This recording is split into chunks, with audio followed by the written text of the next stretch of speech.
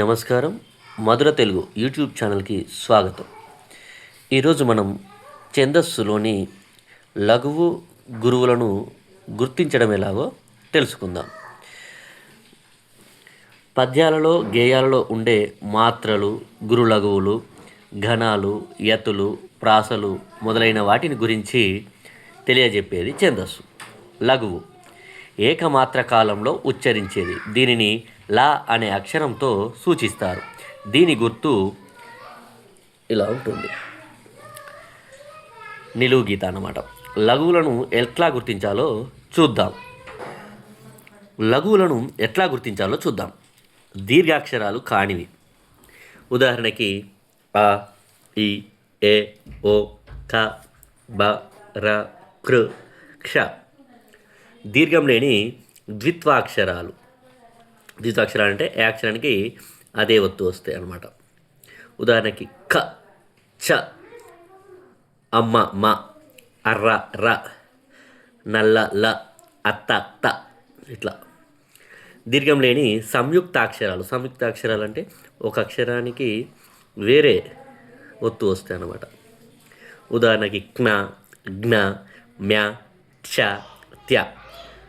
ఇవి అన్నీ కూడా లఘువులు. అలాగే గురువు 2 మాత్రల కాలంలో ఉచ్చరించేది. దీనిని గా అనే అక్షరంతో సూచిస్తారు. దీని గుర్తు ఈ విధంగా ఉంటుంది. గురువులను ఎట్లా గుర్తించాలో చూద్దాం. దీర్ఘాక్షరాలు. ఉదాహరణకి ఆ, ఈ, ఊ, ఏ, ఓ, ఐ, ఔ, ఖా, రీ, తే, దే, ఇలా. అలాగే ఐ, ఔ వాటితో కూడినటువంటి హల్లులు. ఉదాహరణకి కై అంటే సౌండ్ ఐ అని వినబడుతుంది కదండి. కై, రై, గై, పై, రౌ, నౌ, తౌ, గౌ. సున్నాతో కూడినటువంటి అక్షరాలు అం, చం, ఇం, కం, మం, సం. విసర్గతో కూడినటువంటి అక్షరాలు కహ, మహ, యహ, వహ, షహ. అలా పొల్లు హల్లులతో కూడినటువంటి అక్షరాలు. పొల్లు హల్లులు అంటే ఉదాహరణకి కన్, నిన్, దుర్, విద్.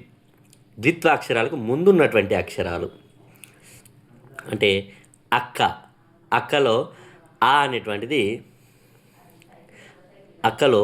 అనేటువంటిది గురువు అవుతుంది. కర్రలో కా అనేటువంటిది గురువు అవుతుంది.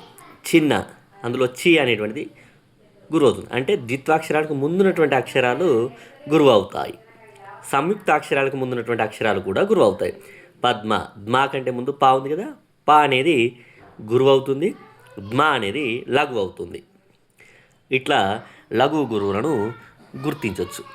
మీకు కనుక ఈ వీడియో నచ్చినట్లయితే షేర్ చేయండి, లైక్ చేయండి, అలాగే మా ఛానల్ని సబ్స్క్రైబ్ చేయండి. ధన్యవాదాలు.